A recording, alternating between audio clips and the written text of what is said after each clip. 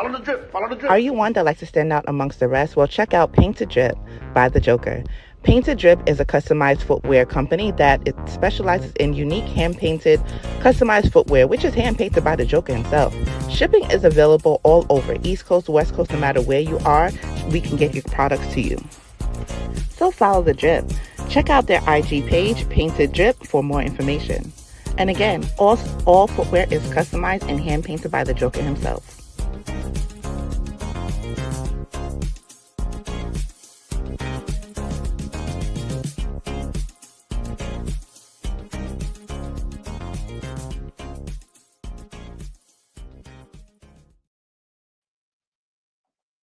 No doubt, no doubt. This your boy, the Joker. Those look and see back in full effect right here on the special morning show edition. Man, we're gonna definitely dedicate this right here. Condolences go out to the family of my bro, my little homie, all day long, man.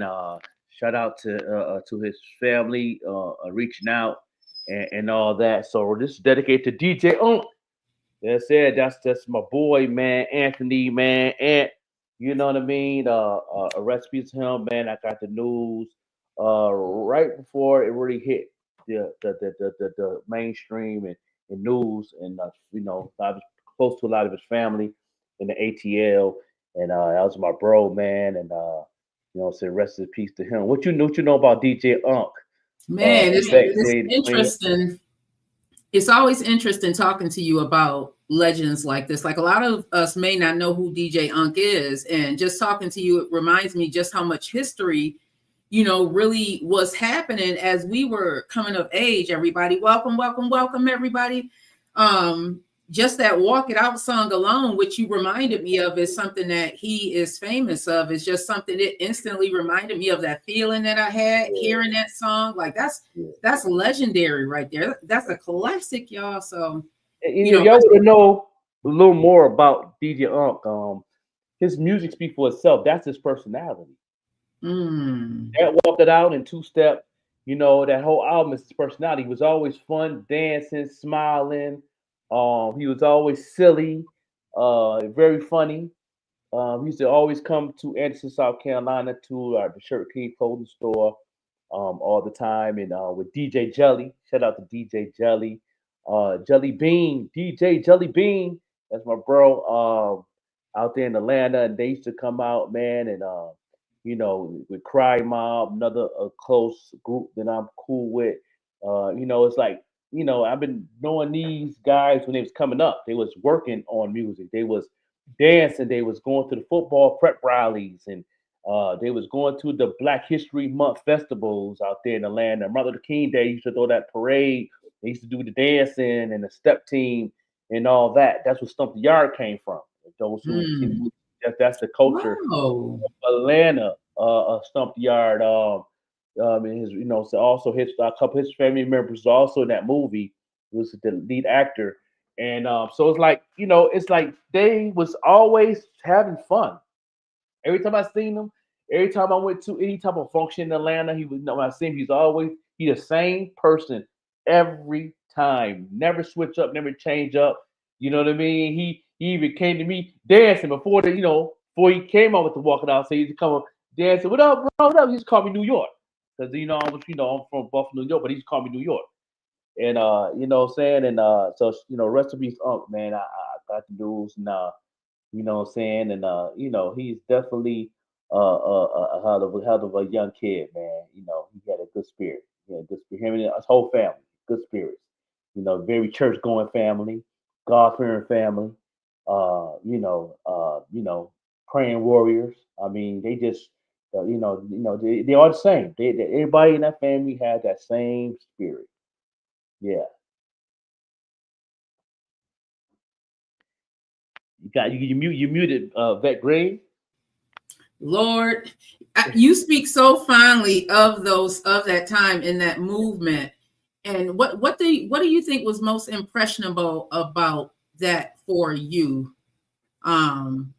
Seeing them and then what he was able to become.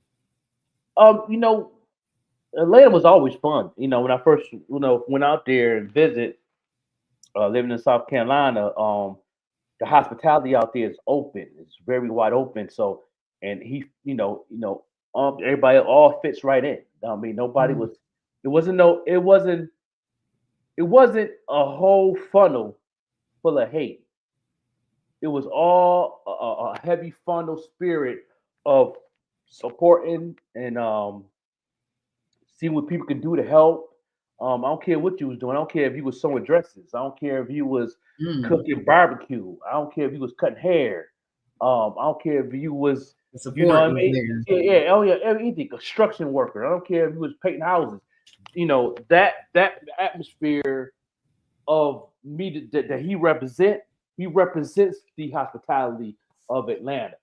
He was and I could say being a young boy, I could say he was a epiphany of that same movement of Atlanta. So when I first met him, so yeah, definitely rest in peace to the king, man. Like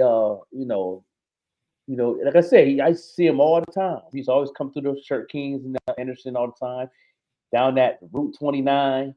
The back way from Atlanta coming to Anderson, South Carolina. Him and Jelly and the Camp Boys and man, I keep going, man. A lot of them Atlanta young boys was always outside, man, showing love and loving the South culture of new club music. I used to call that club happy music because that was the culture. That was culture. Anybody that been in Atlanta in the 80s and the 90s with the dancing and all that, man, the dancing was Nick, all of that. Yeah. Oh man. Yeah. And that was Unc. That was Anthony. I call him Ant. You know what I'm saying? I call him Ant. You know what I'm saying? When he was around on his craft, I called him a DJ Unc, the brand, but I always call him Little Ant. You know what I'm saying? So yeah. Oh wow. Yeah. Rest in peace to definitely has made his mark in history. There's kids today. Hey, what's going on, Sharice and Tamara? I see y'all out there. There's definitely people still jamming to that song instantly as soon as you hear it. Yeah. I mean, I was living in Buffalo when it came out. I was down south, so I knew the impact. We was hearing that song. I think maybe a year and a half, 2 years before it even hit, like L.A., New York. The DJs was really DJ Unc. Really spread to the DJs. Like DJ Screw was playing it a lot. Of course, DJ Jelly Bean. All the local DJs around the surrounding area. DJ Chuck T out there in Charlotte. And when I was in Anderson, all the DJs in Anderson had a little promo before it really hit. Because back then, 106 Park was popping, and even before it hit 106 Park, I remember Free and AJ was saying we need to find out about this Walk It Out song because even they was like they did they was speaking at Morehouse College or something like that. They came to do a special guest and they heard it before it even hit 106 Park. Like before they even know it was a hit song. So they was like, we need to play that. We need to find a way because we could put it on, before it even hit. So that's crazy. So, when I watched the show, see them talking about that, and I'm like, wow. And it was an underground song. Nobody knew that it was going to be a hit song. Everybody knew it was going to be something, but it was an Atlanta thing. It was Atlanta was cool for it to be an Atlanta thing. They didn't care if it hit worldwide. They were just happy. That was their theme music. That was their culture of what they do. You know what I mean? So it's funny that we both remember before there, like the culture seems to have mixed now. Like there doesn't seem to be, I mean, there's still that element of the South and the New York and all of that, but it seems to have mixed. It's funny how we both remember when it was like when the South really started making their mark in the music industry. Yeah. And it's like it's more than just the music. It was like I say, it was a culture thing. It was family and friends. It was fellowshipping. You know what I mean? It was all of that. So like, you know, like I said, nobody knew it was going to be a hit song. It was, you know, he was having fun. That was Ant. That was his attitude. That was his spirit. He's always have fun, dancing. You know what I'm saying? Like, we know that we went to it was a fundraiser picnic. I forgot what he was fundraising for in Atlanta. Not now, got invited. We went out there. You know what I'm saying? I went out there, got me a plate because that was, you know, that food, soul food out there be good, boy. I went out there, got a plate, and I seen him, and you know, this was before we knew what Crime Mob was. They was all out there dancing and just having a good time, and grabbed my hand and said, "Come on out here, New York. Come out here and get your groove on. We gonna go ahead and have a good time. You know what I mean? Go get a plate too." Mm-hmm. So mm-hmm. that was Southern hospitality is real. Yeah, you know what I'm saying? So it's real down there. That was the wave. That was a heavy wave in like early 2000s. I moved out in South Carolina at 99, going into 2000.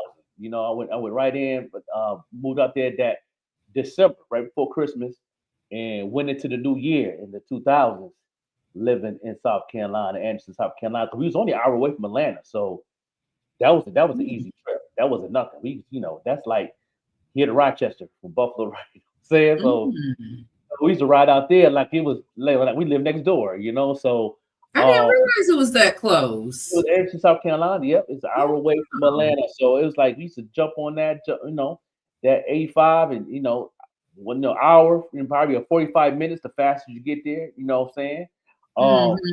And you know, yeah, we used to go out there, and you know, and every little spot that has something to do with culture, dancing, black culture, man, he was out there.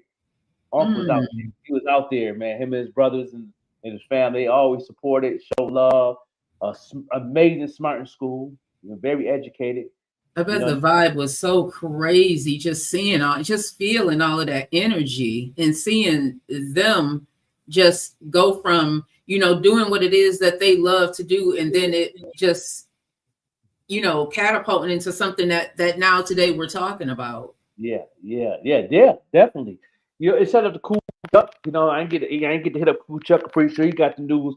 He worked at the clothing store with me, so he remember old Unc coming through, buying them long jerseys, look like dresses. Remember the long t-shirts they used to wear. Was he tall like that? Yeah, he was pretty tall. He was a pretty tall kid. Yeah, he was he got to be taller than me. Yeah, he got to be. Oh, you tall, bro.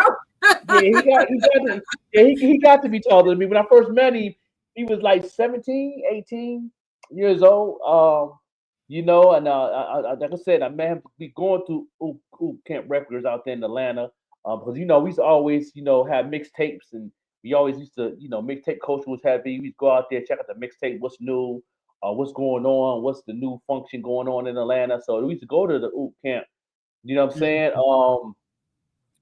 Record stores. So, you know, that's back when, you know, hard copies was hard copies. You know, wasn't no, you know, Spotify, Apple Music, and nothing. So, man, we used to go there.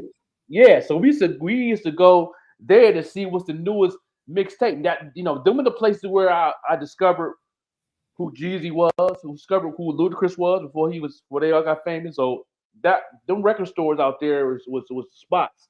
So, you know, I used to always see him up in there all the time, and DJ Jelly and all them. So I was going to go and pick up a couple mixtapes. I wanted to see what was hot. I wanted to, because I was into the music culture, so I wanted to know what was hot out there. Let me get this the newest mixtape. You know, we got the new Gangsta Grills, we got this new, you know what I'm saying, you know, all that. So I was like, let me get that, you know what I'm saying? So yeah, so, you know, and he used to always be up in there, just acting silly, joking. He could have been a stand-up comedian, really. You know, he was real funny. Yeah. Ooh, I miss those days of going to get the latest album that came out, the latest hard copy that came out. Yeah. Ooh, that brought back so many memories when you said that. Yeah, so we're going to go ahead and share the screen, and we're going to go ahead and let y'all see the latest news of my brother. Look at there we go with the long jersey. There you go. Mm-hmm. You know what I'm saying? Rest of my bro. And this is the latest news. Check it out.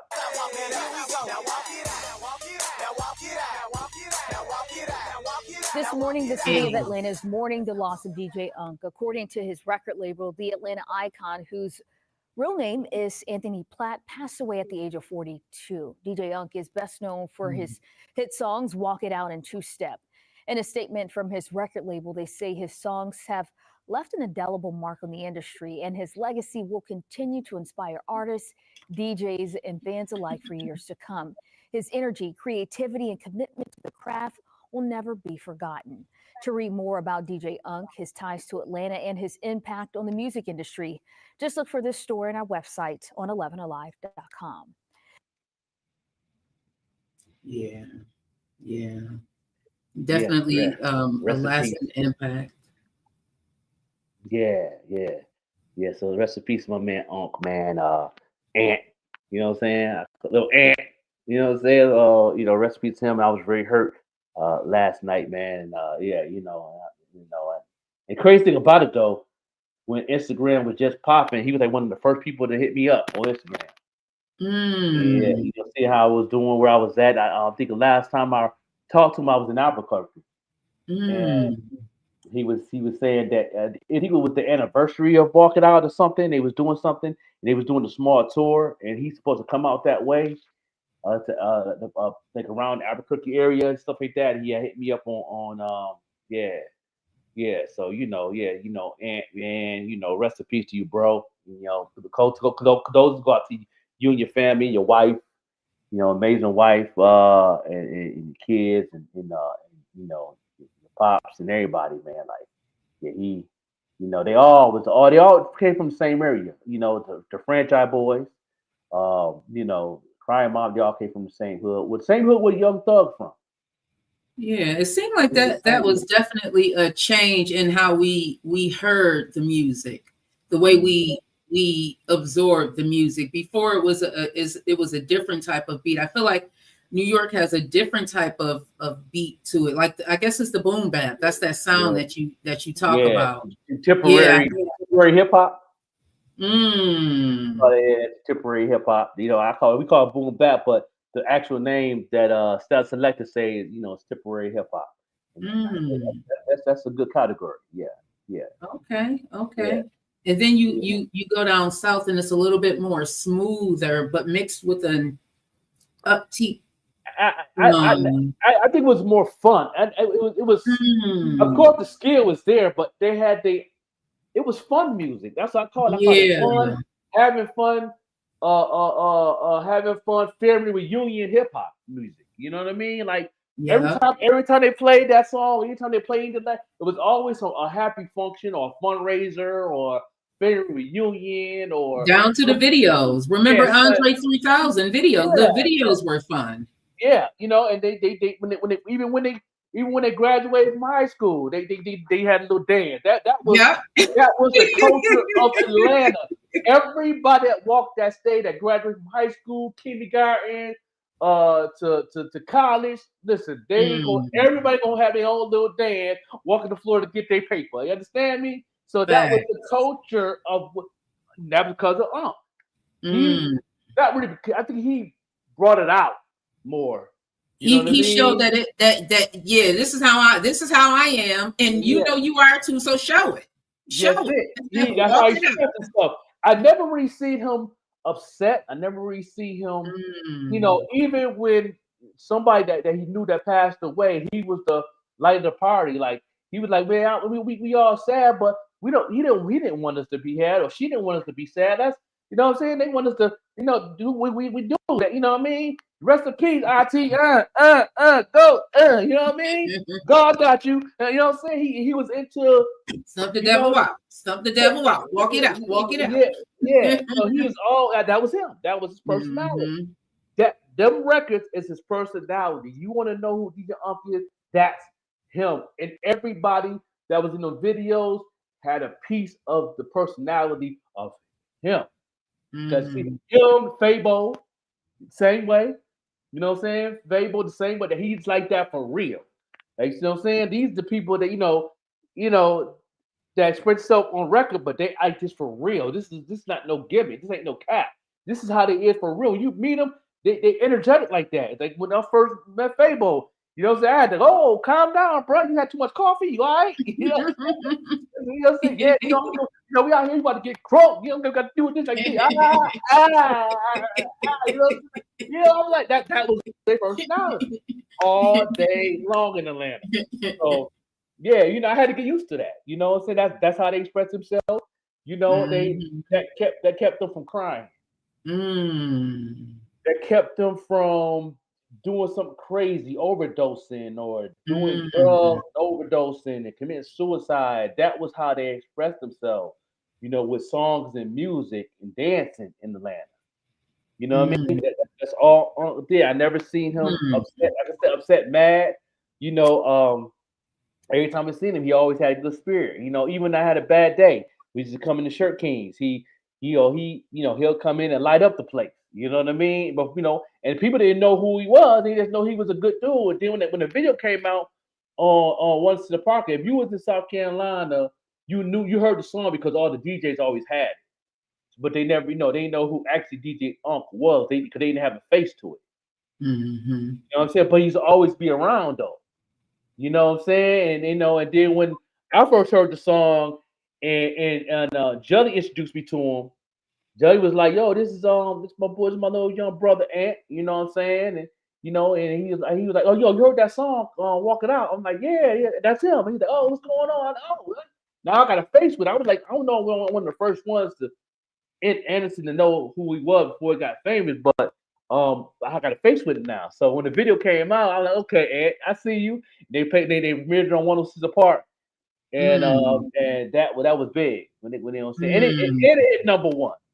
And that really, I was happy to be a part of that, and just to see that on One Apart being number one, and everybody on BET was walking it out.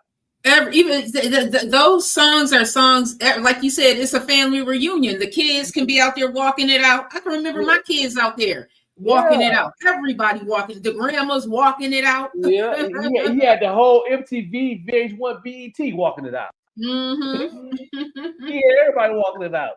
You know what I'm saying? So you know, and that was big, and that was big. And then right behind that, you know, Two Step, you know, and then you had the T-Pains who grabbed that, you know, and put a little spin on it and all that. So yeah, rest in peace, DJ Unk, man. That's my bro. That's my bro in life, real life. That's my, you know what I mean? And, good people, man. Good people. Yeah. Good morning. Good morning. What do you think the West Coast music is? The West Coast music is that's fun music too. I was watching that one reality show on Netflix, the young boy from the West Coast, who I think should have won. From the last season of Rhyme and Flow. Yeah, that music is very it's the hip hop blues. I call West Coast music. I call it, you know what I'm saying? It's a hip hop version of BB King. You know? You know what I mean? That music, you know what I'm saying? If you ever listen to their story, you know, they always talk about things they going through, rapping the blues. Rapping the blues. That's what I call it, rapping the blues. You know, I remember the first time hearing NWA, like that was like this is really what, and it is. It's wow. Yeah, I think it's like a form of blues, but hip hop. You know, and they tell their story, and they being real, they vulnerable. They ain't holding back. And they emotional with it. I mean, and so that's that West Coast. That West Coast gonna get you like, yeah, I've been through that. Oh, that was me. Oh, that's my grandmother right there. I remember what happened to me when I was out shooting. The police did this, and you know, I remember we didn't have no food. We had to eat sugar bread and all that. I remember that, and they speak on that. They put that in their music every day. You know what I mean? And that's, you know, I'm like, yeah, that's that West Coast. West Coast. You know, look at Nipsey. Nipsey Hussle. He speak about it all the time. Man, in his music, you know what I'm saying? It's, you know, it's rapping the blues. Yeah. I was listening to Rod Wave, a song recently, and if you listen to his music, he is so the pain in his music, but it's a beautiful type of pain because you can hear him pushing through the pain, but you can still tell that even in his music, he's still like suffering with some things. Who are there any artists out there that you listen to that are like that? Like, man. You know, people, the artists I listen to me that really inspired me, far as living life type of artist that really touched my life. Well, it was the Tupacs and the Biggies. Um, Yeah. Give me the loop. Give me the loop. The Locks. Yeah, the Locks. That was real. You know, with Jadakiss and them, you know, Mobb Deep, they really was touching on a couple things, man. Especially Biggie. Biggie was one, you know, of course, Rakim, but Biggie was the one that really spoke to my life. So that Ready to Die album spoke my life, every track. You know, every track, especially the part about you know, him going through from his mom kicking him out to where he was talking about, you know, he quit the football team because he had to, you know, make money because he had a daughter now and all that. It's like all those things. He's speaking in my life. Yeah, that Ready to Die was my biography in Biggie way that he was talking to me too. Like, like when you listen to Mary speaking in your life. Man, what? You know what I'm saying? Every time she says she's the like present and the present and the past. Mary, listen, she really I feel you on that because she really does. Even her triumphant moments and pushing through and the ready to love and all of that and let me do this and absolutely. And then she talked about the downfalls, the relationships and how this happened and this husband did this to me and all I tried to do was fix it and I was going through my little mess and that didn't help either. You know what I mean? So I had to work on me and you know what I'm saying? So like, yeah, you know, she was speaking in your life. Like she was like, Mary, what you doing in my living room? You in my window. Mary, listen, this is why Mary is who she is. Okay. It gets to the point you want to beat her face to face, like, you know, you mind your business. Talking about me like that in your music. You better mind your business. Somebody talking to you. Stop stepping on my neck, Mary. Stop stepping on my neck. But that's how it feels. Some of his music, like for real. It'll get personal on the mental side. Like who you talking to? Man, this one artist that I recently came across, and Clarice Fields actually did a reel or a TikTok using her song. It's called 612. Her name is Maureen. Oh my God. She's a nurse, like your daughter. She's a nurse, but she can sing her butt off. And her song is I Just Been Walking in My Purpose, baby. Man, when I tell you that song just speaks to my soul because she talks about everything that you go through. Man, what? Yeah. Them the ones, them songs right there that you be like, man, like, you know, and then I think it's refreshing because you know you're not by yourself. You know what I mean? That's what helped me out a lot. A lot of music helped me out. Like, yeah, I'm not by myself. I'm not the one going through this. You know what I mean? And then it's hope. That opened doors for hope. Yeah. And to move on and move forward, you know? Yeah. You know, like certain verses like that, the verse that jumps out when you say that part about the Joker and the man, like certain verses just pop out because you can feel what you feel in that verse. You know what I mean? Right. Like in Brooklyn to Buffalo, like you can feel certain passions in that song. Like you can feel what you like certain music. It really is. It speaks to your soul. I think it's food for the soul. I really do. You know, and I tell people all the time, like, you know, I know a lot of people write to be writing. I gotta write for a purpose. I gotta write, you know. That's why I'm very picky on doing like features because it's like I don't want to, you know, I gotta say something like, you know, I gotta ask what the concept is. If the concept don't fit what I want to say, then you know I could make it fit, but I don't like to make nothing fit. I write on hard on my sleeve. So it's like I want to really get it out and talk about it in a lyrical way. So it's like the emptying of the soul, like things that you holding on to or things that you got to get out. That's what I love too about music, especially when you are telling your story. Right. You know, like Lenova is Lenova for some people, but you're telling a story in that song. Yeah, see, it's more than just a pizza shop on the west side.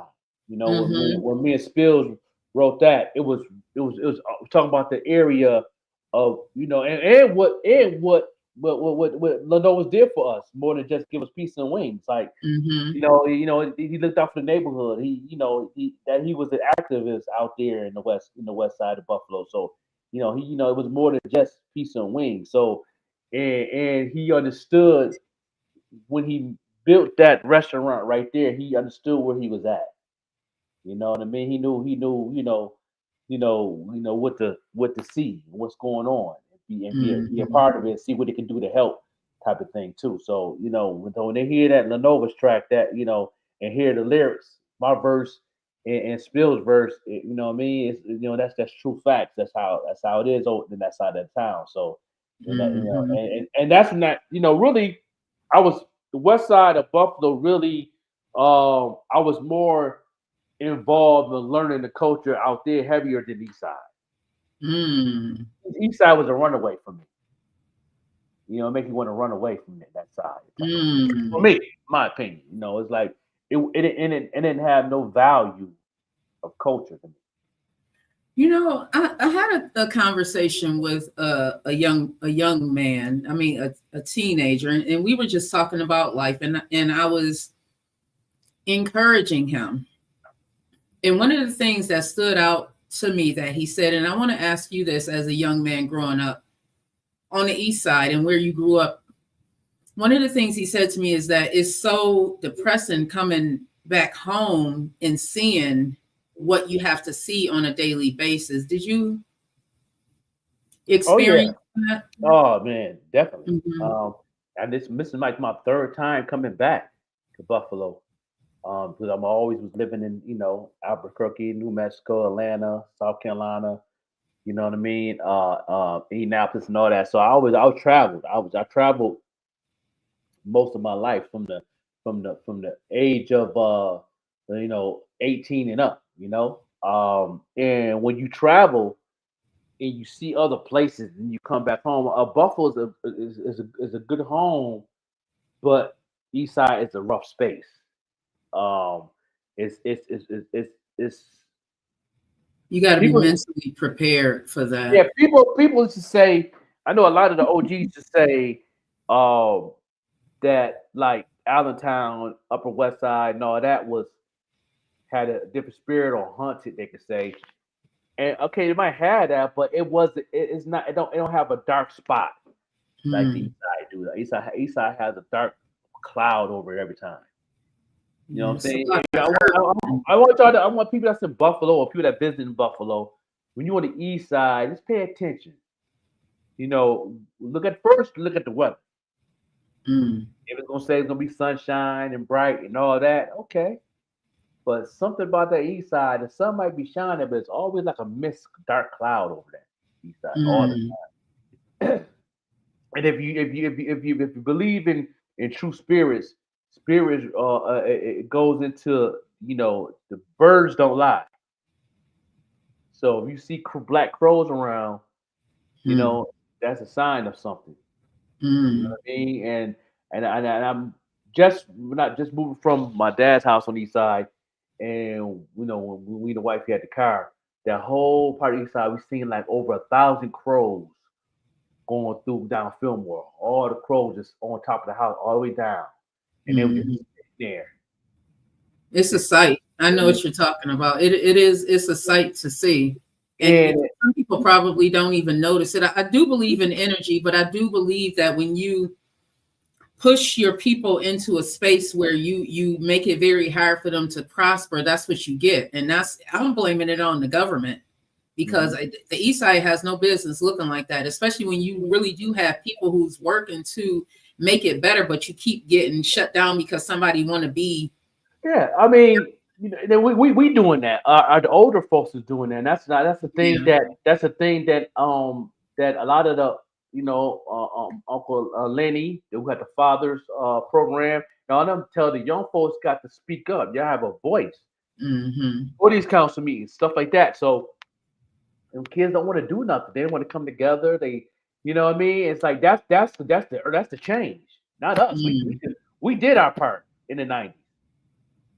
You know what There's I mean? Some great programs. I want to point because we see. I'm glad you and we see what happened, but we also see what can happen to change it. And there's some really good programs out there. Shanice Anderson is somebody. If y'all want to know what y'all can do to change, get with Shanice Anderson.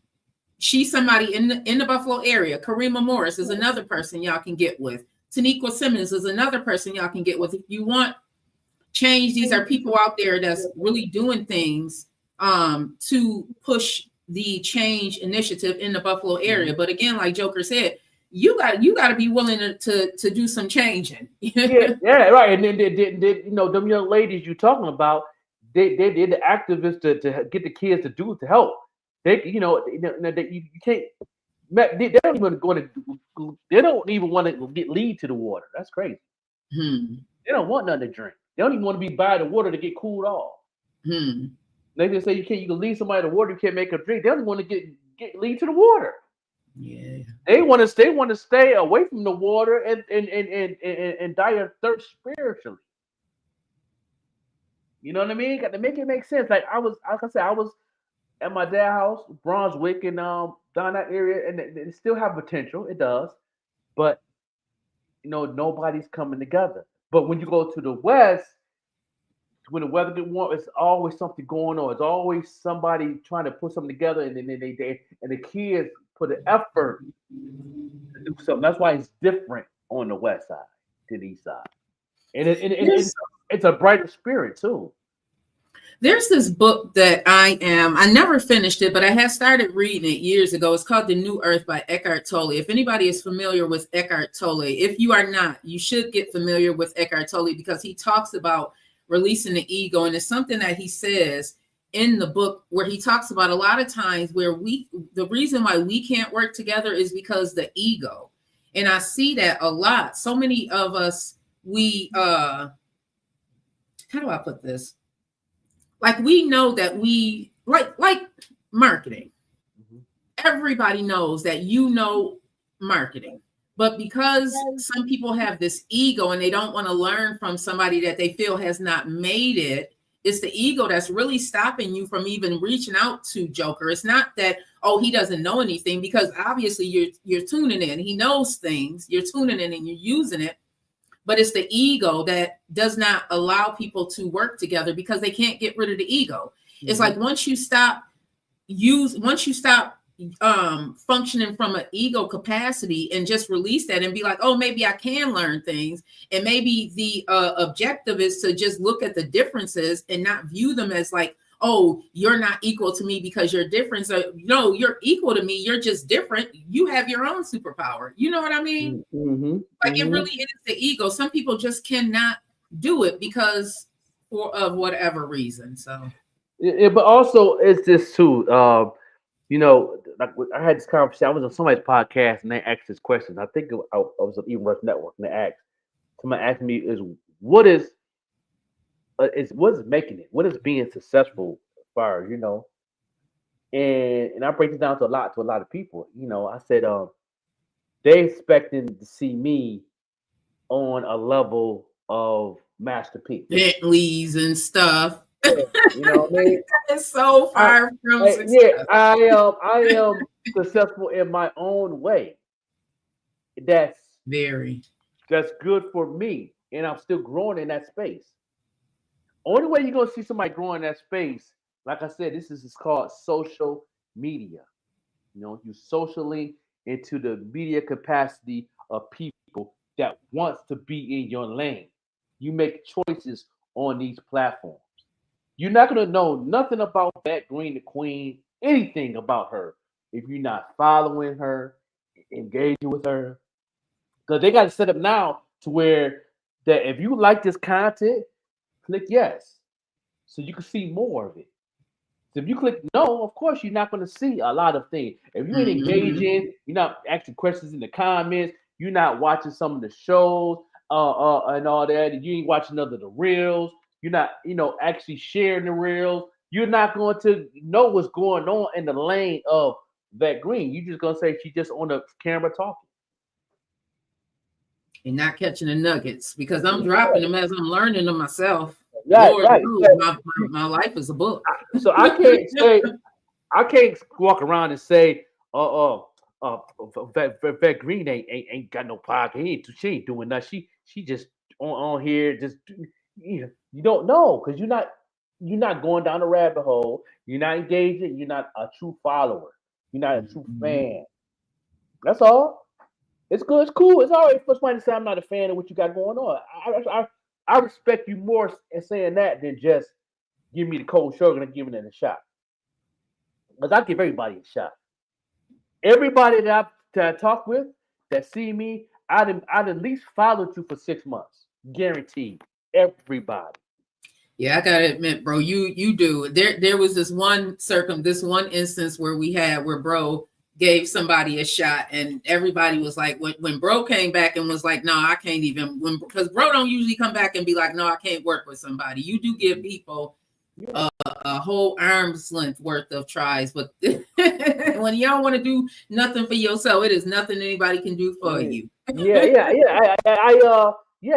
that has a podcast, radio show, an artist, a fashion designer, you know what I mean? And I go down the rabbit hole. I every day, I get for 6 months. I will go. I will share. I will see what's going on. I'm engaged. I will watch the videos, YouTube videos. I'll follow you on TikTok. Check out those reels. I'll follow you on this and check out those reels. See what's going on your stories. You know what I mean? And after a while, if it don't add up of what you're doing, and it don't make sense to me, and I'm not seeing nothing, and this going on, and you going through this and drama, nah, then I gotta stop. I don't need that in my content. I'm like, nah, you ain't serious. This is something that you giving it a shot. It's not part of your spirit. You know what I mean? But you do have to remove yourself from the drama when you are really focused, because the drama really pulls you down and it drags you away from, it distracts you from what you should be focusing on, and that is the craft. Like focus on this, focus on the craft, and don't worry about that drama stuff. That Lord Jesus. And those who's not on here on a daily basis on their social media, really building up what they want to do and shares what they're doing, and you're doing stuff behind the scenes, that behind the scenes work don't get no credit no more, because we have this. We have this now. This ain't like back in the 80s, 70s. We got this. We got the internet. We got this. If you're not on this, I don't care what you're doing behind the scenes, that's dead. If you say you're a fashion designer and you got fashion stuff, boom, boom, you got your whole room for the fashion stuff, and then they on these platforms, that work is dead. Yeah, it is interesting. And speaking of these platforms, there's an interesting documentary that I watched this morning. I cannot remember the name of it, but it talks about one of the first family vlogs that was on YouTube, and how this family, they had these babies and stuff, but what they found is with this, you have to constantly feed it. You have to be consistent. You got to be consistent, but you got to be consistent in a way that is suitable to your lifestyle. You know what I mean? That nugget, bro. Yeah, it's suitable to your lifestyle. You know, it's gonna be a natural. Like, you know, it's a natural for you. Like, I'm glad we talking about this. I had one of my memories came up on, I forgot, I don't know if it's Instagram or Facebook. One of them is one of the first videos I seen from you before you start working. And I was going through something a couple of days ago, and it popped up, and it was the same thing I was going on now that we was talking about then. Oh wow! And I was like, you know, like, oh, glory. I was like, I'm like, man, that was God. I'm like, okay, I talk in the memory. I was like, you know what I mean? There's something in my spirit said, keep that part to yourself. That's for you only. Because that was one of my first videos I seen that made me go down your rabbit hole and follow you and engage and see what's going on. And, you know, and that's how I met Even Rush Network and all that. And I'm saying that was that video. Speaking of the Evening Rush Network, y'all, I'm trying to find a spot over there on the radio. I got to talk to his management over there because I love radio and it's a passion of mine, y'all. So I got to get back into the radio and you know who else who else better to work with? Yeah, he got a new management over there. I'm still the marketing movement for over there. You know, because I know he was going through some things, so I took a little break. But we had a good talk. We had a good talk a couple of days ago, and he's like, the door's always open for you, bro. I already know. He's going back to working. back lifing, doing what we do best. You know what I mean? But you know what I'm saying? That's family. Always will be family. You know what I mean? So always. So don't mess around and have us get back together and go to a whole nother level, a whole nother place never been before, and really move on. Yeah. That's a whole nother fire right there. Ooh. Man, listen. Evening Rush always gonna be family over here. Man, we did some things with the Evening Rush. Always gonna be family. Much love over there to John.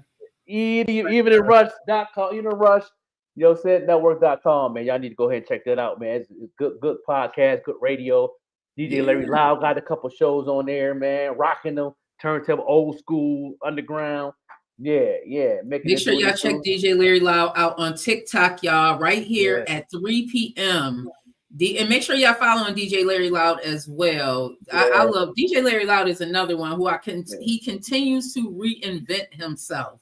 All day long, man. I love it. It's a blessing to be his marketing manager and his manager. So he definitely is always working and building and he give me some gems and connections because I gave him some connections out there in Albuquerque. And he learned some new things that I didn't get a chance to get to. So that's dope.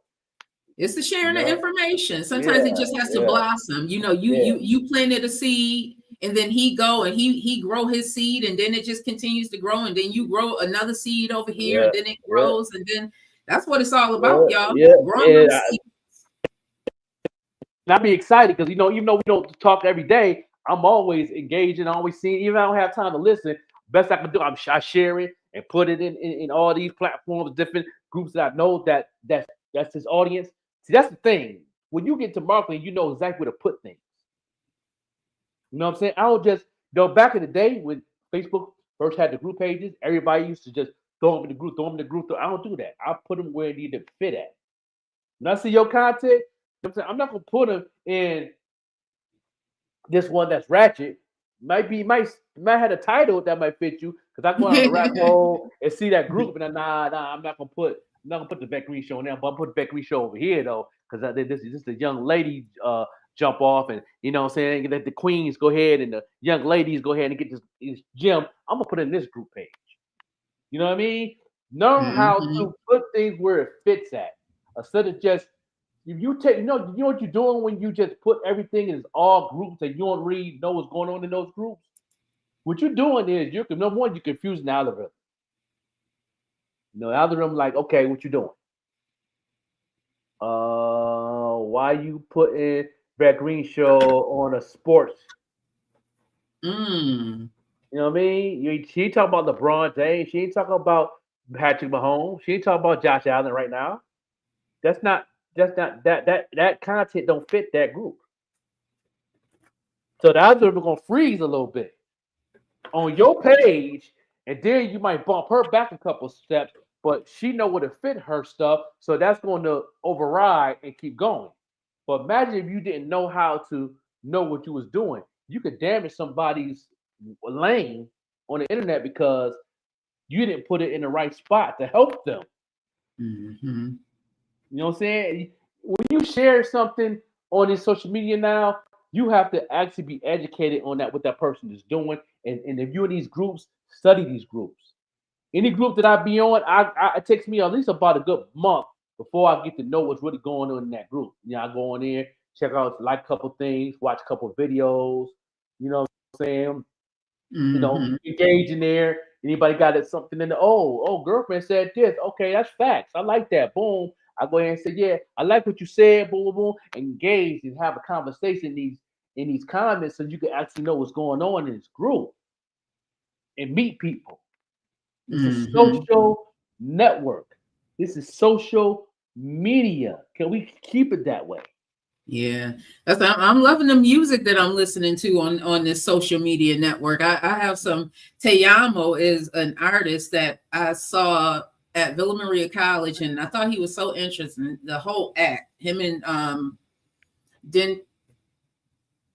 Denku, they're going to be on Friday. So this is going to be interesting, seeing how people take to a different genre of music. Yeah. I love that too. But one thing I do, especially if I've been your friend for a while and I've been seeing everybody's my friend. Believe me, I've been down every rabbit hole. That's my friend. All 5,000. Yes, I'm very engaged. I know what's going on, and it gets to the point now. Like I put a post up saying, "Don't put no video links in my DM until you ask first." Yeah. You know what I mean? Ask first. Have the relationship means more than anything. When you build a relationship with me, 90% of the time you don't have to pay for a class. I'm gonna give you the gem. I'm gonna help you out. I'll make sure you're good. But most people just do it just to try to get numbers. Numbers can't get you nowhere on the social media anymore in 2025. Numbers don't mean nothing anymore. It's who you know, it's who you engage with, and who you connected with. It's more important on here than numbers. Because anybody can get numbers. If you know what I'm saying, anybody. Like I told Winterpiece, anybody can get numbers. Numbers is no problem. You know what I'm saying? If you right, because right now they're not taking people's stuff down on their music down no more on Spotify, Apple anymore. You know what I'm saying? Even if you're using bots. So if that's the case, then it's easy to get numbers. Then everybody should be getting 1 million views a year now, and still have your music up, and don't get flagged. But the thing I tell people now, yeah, go ahead and use those bots, make it do what it do. But then wherever the bots take you, go ahead and do an ad to whatever they take you. Do a campaign ad. If they taking you to Chicago and you never had nobody listen to you in Chicago, guess what? Do an ad campaign with that same content and just use the surrounding areas of Chicago. Them bots and them AI is gonna turn to humans. Then you have an official fan base. And you get paid in your sleep. Come on, man. They ain't give you I give you a jump right now, because I get y'all the sauce. Yeah, because the way AI is working now, that AI is being trained to mimic our youth. So if they, like Joker said, if you are in Chicago and you've already told AI that what's going on, he's another one working. Even after he got hurt, he still kept going. Flex guy.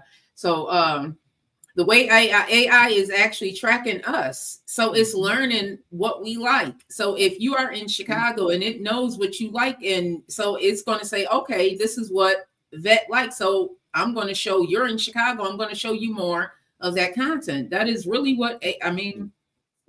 And I got some more notes from my mentors and one of the group Joyce I do once a month. They said AI is taking people's ideas and running with it. And somebody asked a question in the group in the Zoom. How can we get credit for that? That's easy. You gotta do the precaution that you've been doing, like get your BMI, your ASCAP, your Pro, get your publishing, get your song trust, get your sound exchange, do all the things you do in the music industry. And then once you can prove that that's your idea and AI then took it, they'll give you credit. You'll get a piece of that check. But there'll be an agreement that they still get paid too. Yeah, because I can see how that can happen, because with AI, you are prompting it to do certain things. So if you take somebody's idea and just prompt it to try and be a little, you can definitely, I can see that happening. You credit for it. what we have to keep in mind is that AI is here, and it is and it's going to get better and better. The more we use AI, because we're all using it, the better it's going to get, because it's tracking our patterns, it's tracking everything, it's learning our thought process, it's learning what we like, it's learning what we don't like. That's why it's asking us, do you like this video? Do you like this video? Do you want to see more of this video? Okay, so if you don't want to see more of this, we are not going to show you any more content related to Yvette Green. That's right. I'm gonna give y'all another gem real quick. All these social medias, even though they in competition, they all under the same umbrella. Yeah, as we saw at this presidential inauguration. Hello. Yeah, they all under that same umbrella. Just because Meta, don't like X, guess what? They still working together under the same umbrella. So anything that you like on your Facebook is gonna show up on your content on X. If you talk to them, bro, Google on X, YouTube, you see all that is you're gonna see it also on your Google. You're gonna see it come up on your email list. You're gonna see it come up on it all under the same thing. So why not take advantage of that?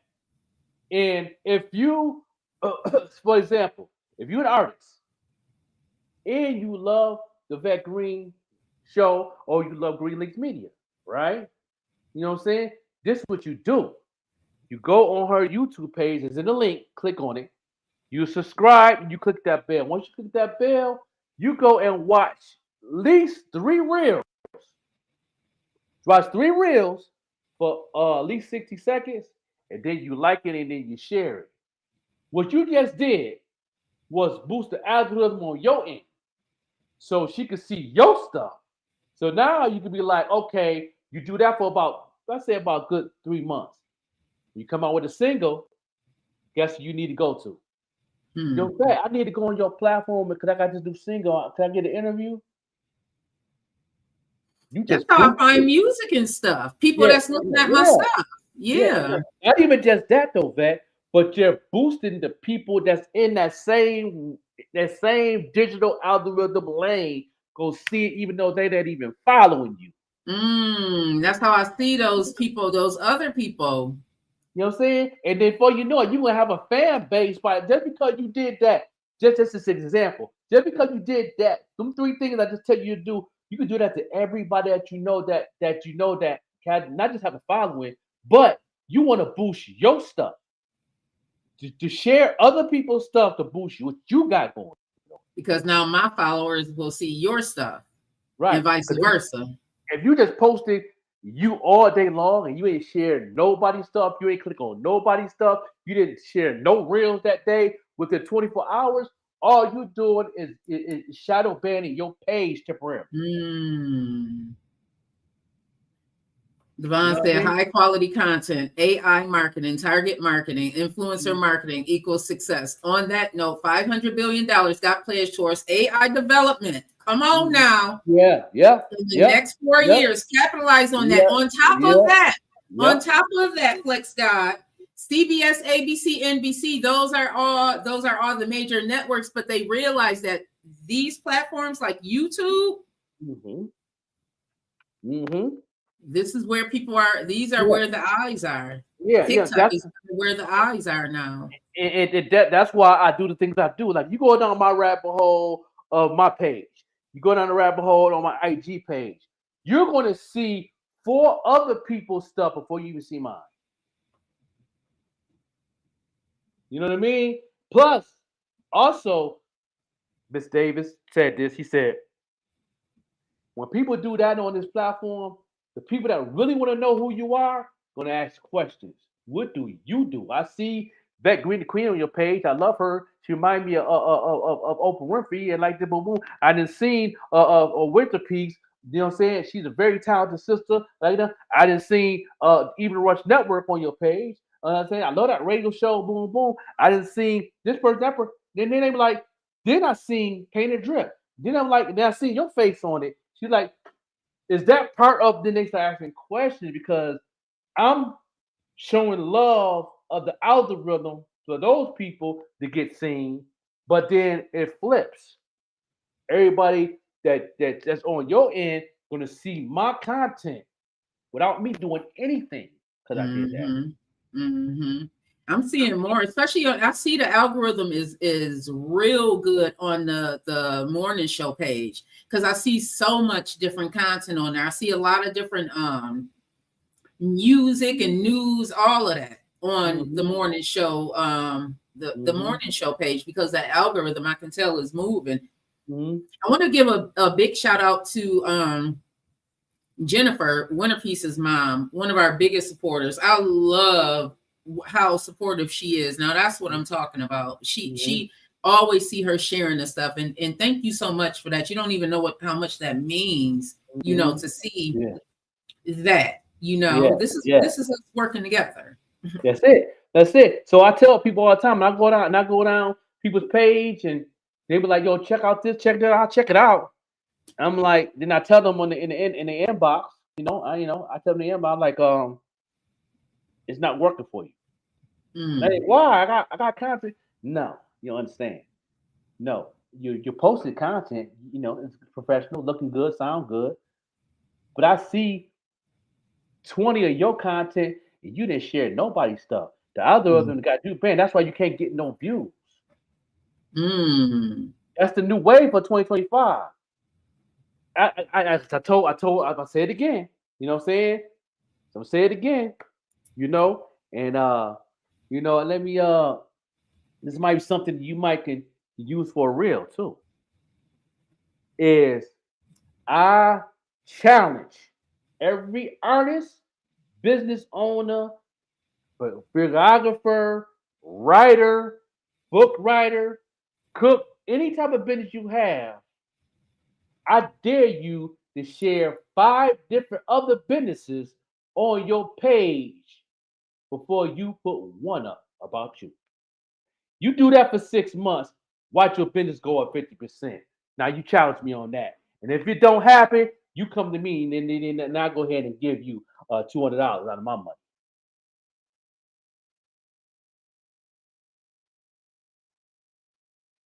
That part.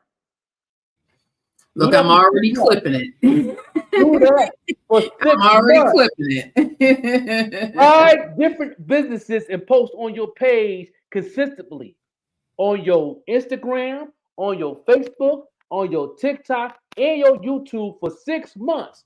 Watch you blossom, whatever you got going on. Watch how many people gonna be following you. Your views gonna go up. They're gonna be downloading your music. They're gonna be sharing your video. They might podcast. They might come and invite you to their page to do an interview and everything. If you selling merch, your merch gonna be selling. People will ask you what they company.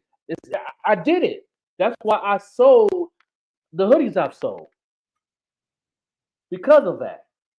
You go down my page right now and see everybody that I've shared. And guess who do the same concept? Is Betty Houdini does it all the time. That's why she be having like 10 to 15K watchers on her podcast, because she do that.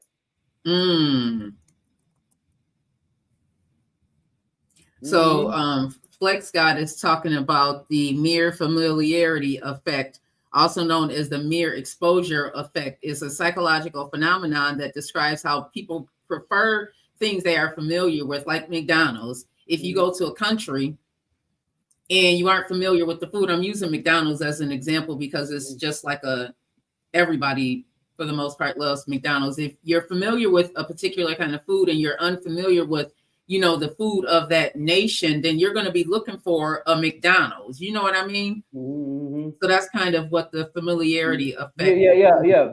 Who told me? Somebody was telling me about that. Yeah, that definitely works too. But the basic stuff that I've been bringing to the table work for me. Like, what I mean? I like, especially if it's good content. It was good content and it's got some professionalism to it.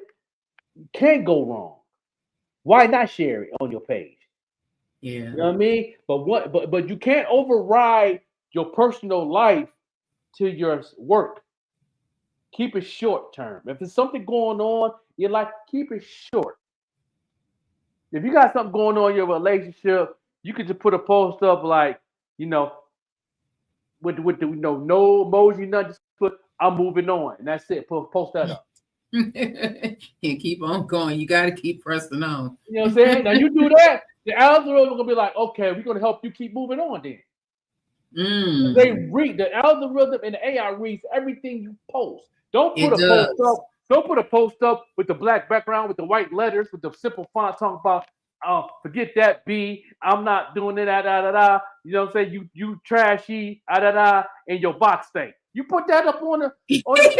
You know what I mean? You just messed your algorithm up just posting that. What? And then you see a next post come up. Check out my video I just released today. It's hot. What? See, this one of the moments I feel like bro stepping all over my neck, y'all. See, I'm grabbing these Jews and I'm gonna put them into use. Y'all gonna see why this week comes. Bro be stepping all over my neck. I don't step on your neck, but I know a lot of other people that do worse than that. Like I've been like, you an artist? You a brand? I'm like, what? You know, that's why I love Talia, because she keep everything simple on her content. She keep everything just a smooth sailing throughout her content, and it represents what she got going on, what's coming up. Strong-minded. Yeah. And when I see that, you know, and if she is going through something, she'll put a simple post like that, like, you know, she'll post like hashtag it's okay, boo boo, and keep moving. Mm-hmm.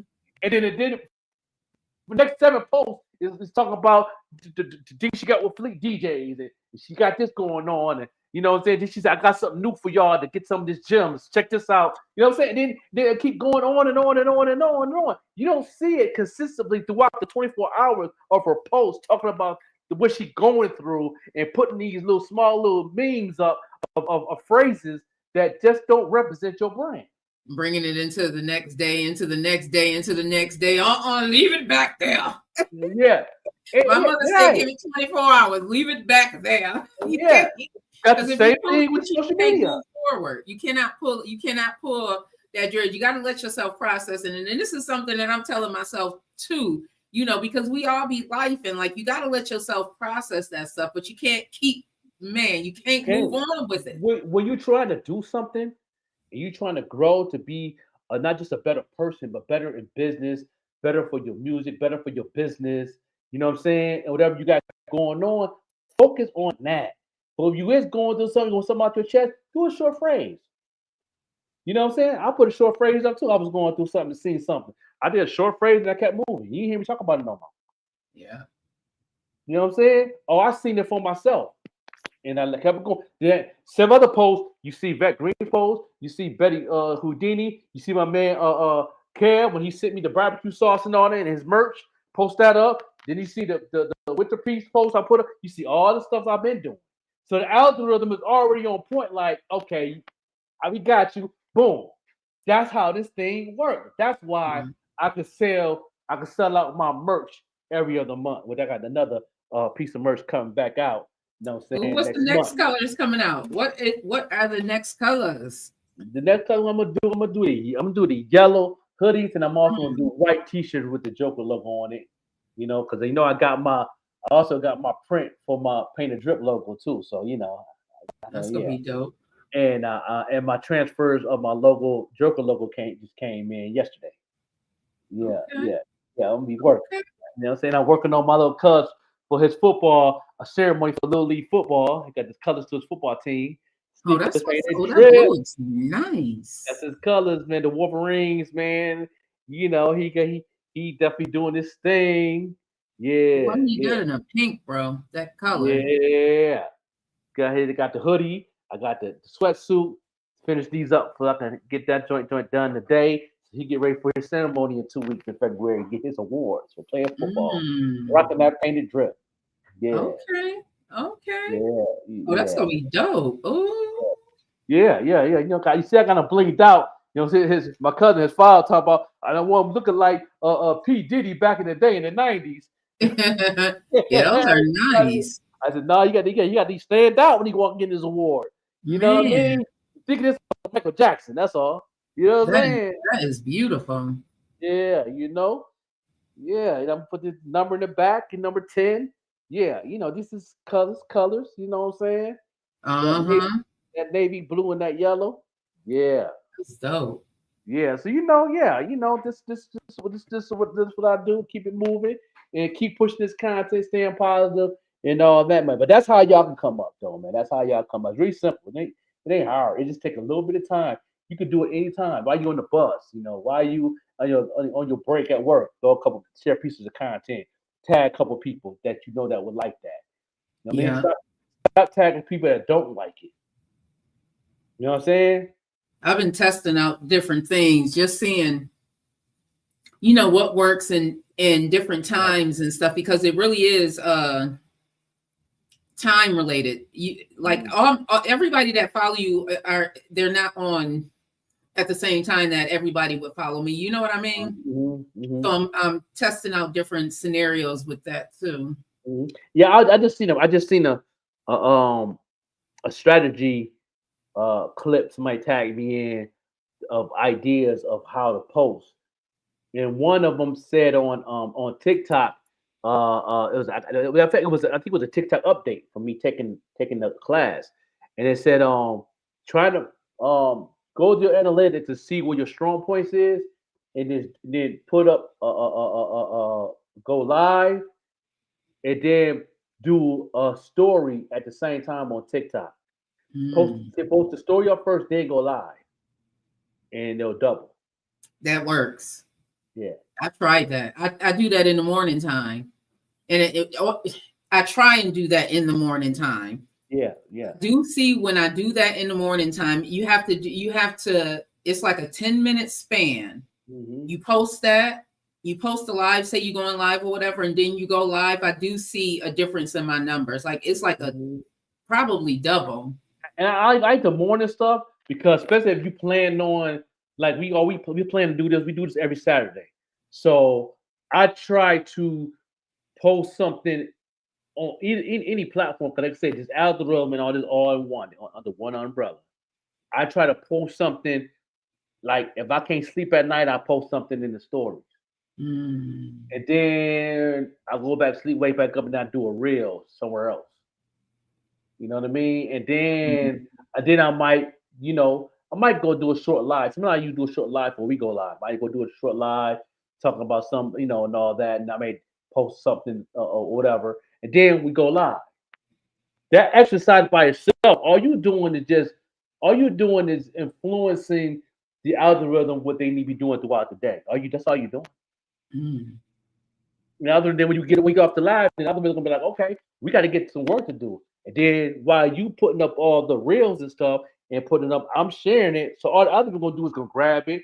Then they're gonna pitch it to the AI. Yo, do what you do with it. I got your back. I know you got mine. Boom. That's all it is. It's the algorithm is just like a human being, but more advanced.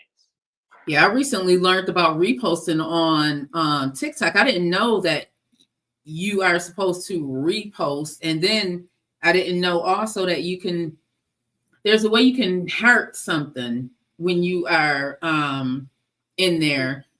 Flex God said music doesn't sell by itself anymore. You got to bring people on a journey with you. Yes, it's different for everyone. But once I started writing paragraphs on Facebook and started being more transparent, yep, my engagement increased literally by 400%. Yep. I started targeting predominantly women, so I engage with emotion and colorful content. But if I was marketing towards men, that wouldn't work. Yep, it's different for everyone. You are so right. Yep. Men digital marketing is the weakest marketing on the internet. You guys don't really buy stuff. Or anything. I don't care if something that fits them. They're not going to engage. Women is the strong point of everything on this internet. Yeah, it really is. Women and children. Yeah, women and young kids. That's it. Once you hit the women, the kids gonna follow because they're gonna follow mama. You know what I mean? And I'm being that. That's why y'all can't sell merch. I cater to women every day on my merch, and I use the walking billboards. You got walking billboards. You got influencers and you got ambassadors. They all three different things. You got to know who's an ambassador. You got to study that. You got to know who's an influencer. You got to study that. Walking billboards for anybody. Yeah, because everybody I don't think is ready to be at a certain point. I'm learning that, you know, some people, like you have Winter. Winter is she really is a walking billboard, all of that, because she's out there and she's putting in the work. I've seen Winter grow. That's why I speak so highly of her, because I see that she is putting in the work. She's out there, and I physically see her out there. You know, she. I get anybody. Anybody. I didn't cut you off, a queen, but anybody that has merch or the fashion, you know, first start off with walking billboards. It's just give it out for free to any female. And I'm gonna give y'all a tip. Give it to the female that's the loudest. I don't care if she ratchet. I don't care if she petty. Give her a t-shirt or a hoodie. Because she already want to be seen. True that. She's her own walking billboard. True that. Yeah. Since she want to be seen, that's already. Her superpower. Yeah, put some colorful in the day. I'll give her when the new yellow hoodies come out, I'll give them a yellow hoodie with the big Joker logo on it with the patches on it. Go out there and be petty. Do your thing. Do what you do best. All you doing is making my brand shine right up on you. You know what that girl did? That girl, what's that hoodie on? Don't worry about the hoodie, girl. I'm telling you what's going on with so-and-so, songs up the street. But that hoodie, though, but hold on. My homeboy Joker gave it to me. But anyway, you know, and just as loud in the middle of the street of Fillmore. And guess what? All you see is Joker logo all up in the place to be. You understand me? I'm about to laugh these eyelashes off. Yeah, you know what I'm saying? And females too. Shanice, I was talking about you earlier. I'm telling everybody y'all need to follow this Queen Shanice. If y'all looking for some change or looking for somebody that's also looking for change and helping people with that change, you need to be following Shanice. She's over here on TikTok. Shanice, yeah. I tried to look her up because, you know, I like inspiration. You know what I mean? Oh yeah, she is, and I love that she moves quietly. She doesn't have her business all out. Like she really is doing the work. You don't see her talking about it, but I know for a fact this queen is doing the work. Yeah, but yeah, that's what you do. You know, you the loudest person. Females too. Females do. I know a lot of people say they cool with female. That's okay. You can make a change that in that relationship. Give her a free merch. You know what? Stop telling me to give you this shirt. This is my new brand, boom, boom. You know, what colors you like? Boom, boom. You know, give them a special customized one just for them. Oh, girl, I like purple and gold. Girl, hook me up. Hook your girl up. Boom, hit them up with the purple and gold. She gonna wear that to death. I got the Vet Green Queen shirt. Yeah, you know what I mean? And she gonna love it. You know what I mean? That females is the key of the marketing of fashion, music, everything. Then the fellas gonna come. Do you know these last 4 hoodies I came out with? 4 of them bought their man a hoodie. And one of the brothers wear that joint so much, he said, "Yo, bro, I wear this joint all if I get it to me for my birthday." He wear that joint all over the place. It's comfortable, it look good. You know what I mean? He said it's a beautiful hoodie. Yeah, he's like, I smoke weed and all that. That fit right there. He said, I go to the spot, people asking about the hoodie. I had to let them know. My wife gave it to me, but I just followed this Painted Drip. He followed the page and everything. He just sent me an inbox yesterday, like, you know what I'm saying? What's the next color coming out? Now he want to be a customer, see? Just like that. Just that quick. Females, the key of digital marketing. You know what I'm saying? And if you're an artist, the new breaking record wave is not just the DJs, but podcasters at #1. So while y'all talking about ain't doing this podcast, I don't like the no, you know what I'm saying? Start breaking some bread. Y'all pay how much it cost to play y'all music? I give y'all $50. That $50 gonna bring you 8 to 9 more people to listen to your music. Mm-hmm. Especially if you're consistent releasing it like the way you're doing it. And then the Man, ones there's like so much good music. I am so excited about some of these artists that I'm going to have coming on the Friday show, because some of this music is new music. That's why I push back some of these shows, because this music hasn't even been released yet. Some of y'all artists just be sitting on so much good music. Like, there's so much good music in the vault. Some artists that I'm looking forward to coming out is Finesse and Dinero and Prada Dot. Like I said, Te Yamo's another one. John, man, it is just, there's so much music. Ali Black. Yeah. They didn't restrict me again on TikTok.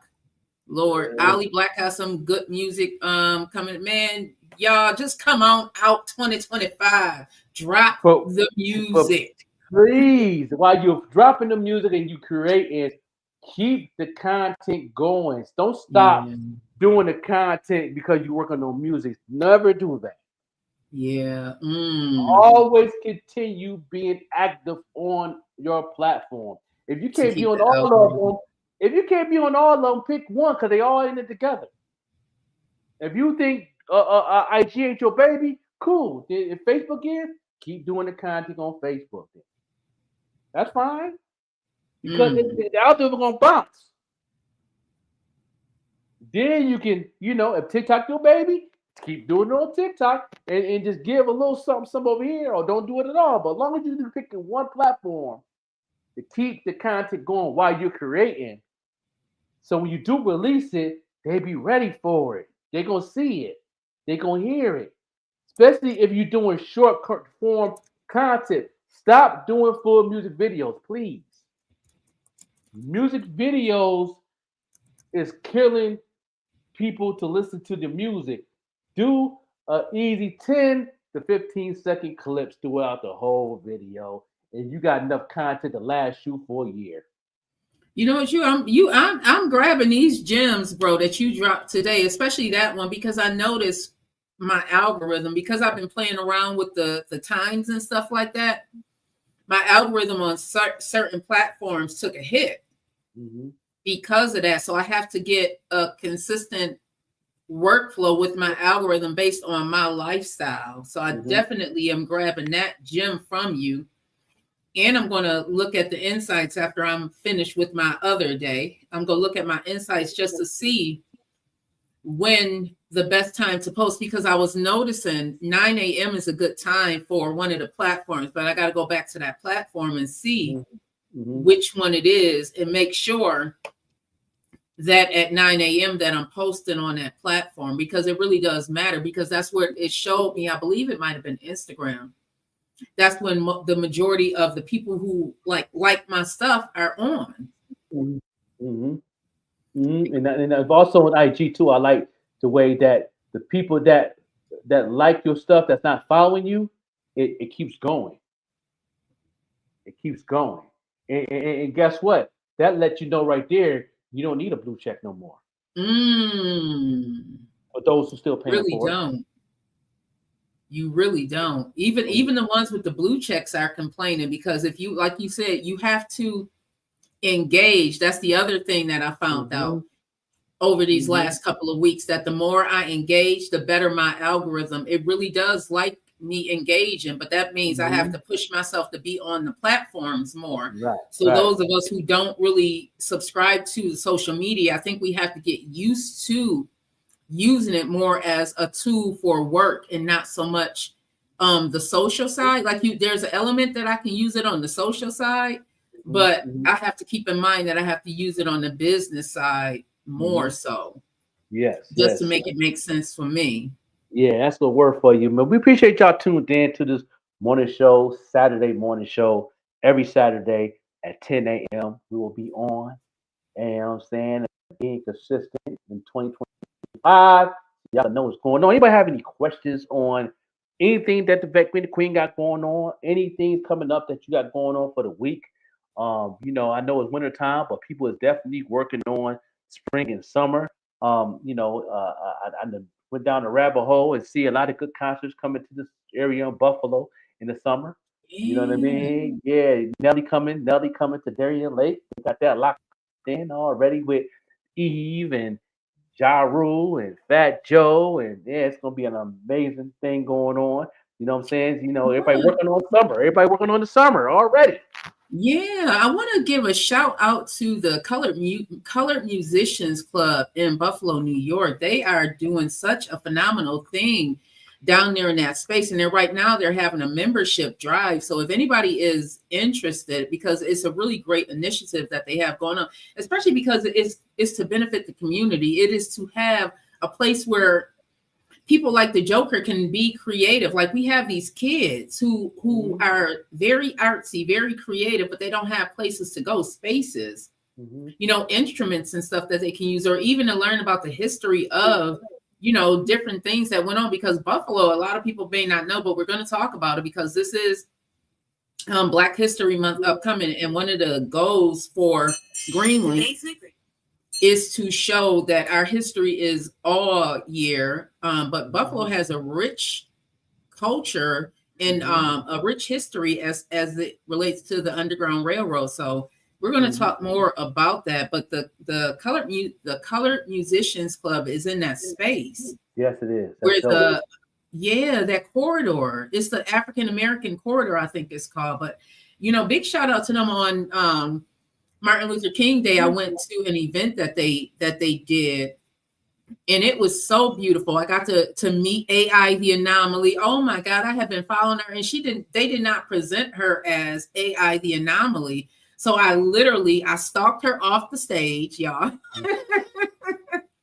Went and met her. So I'm going to be you know, fingers crossed I can get her on this platform. But we did have a brief conversation. So I'm man, the culture in Buffalo, the history in Buffalo, the talent in Buffalo is phenomenal, bro. And I'm gonna say this, and we're gonna get off, is with the work you putting in, that's what you have to do to really grab onto the culture in Buffalo, because it's an inside job. It ain't outside. It's not out there like that. You got to really go into a space where nobody's going, and you got to stay in tune on what's really going on in the city now, because they're not really promoting or marketing that out because of what's going on, because of the dark spaces out here in the city. So that's dope that you're in that lane and you're staying there. And we talked about this a couple months ago about where the marketplace is in Buffalo, and I know to me living here now, that's exactly where it's at. Yeah. You know, it really is. Yep. So that's dope. That's dope. Yeah, well, I'm definitely looking forward to it. I gotta get off of here, y'all. I love y'all long life. Thank you, bro. We will be back 10 a.m. Saturday. I'll be back on Monday. Y'all catch me at 10 a.m. on Monday. It's not gonna be a live show though. I'm looking forward to these interviews this week. To you Friday, 7 p.m. This Friday, 7 p.m. I could definitely do that this Friday. Yeah. All right. Yeah, I'm off on weekends. You know what I'm saying? You know, I'm on a one job wage. God said, you know what I'm saying? I work everything out for you. I gotta stay to one job. I can have more space to keep doing. Created a Painted Drip, because you know this show sponsored by Painted Drip. You know what I'm saying? And also rest in peace to my bro DJ Unk, man. Fly high, rest in peace, brother. You know what I mean? And keep on and doing your dance up there with the angels, man. Walk it out. Walk it out. Walk it out. Yeah, have a wonderful on purpose, y'all. Yes, I see y'all on the next go round. Follow the drip. Follow the drip. Are you one that likes to stand out amongst the rest? Well, check out Painted Drip by The Joker. Painted Drip is a customized footwear company that it specializes in unique hand-painted, customized footwear, which is hand-painted by The Joker himself. Shipping is available all over, East Coast, West Coast, no matter where you are, we can get your products to you. So follow The Drip. Check out their IG page, Painted Drip, for more information. And again, all footwear is customized and hand-painted by The Joker himself.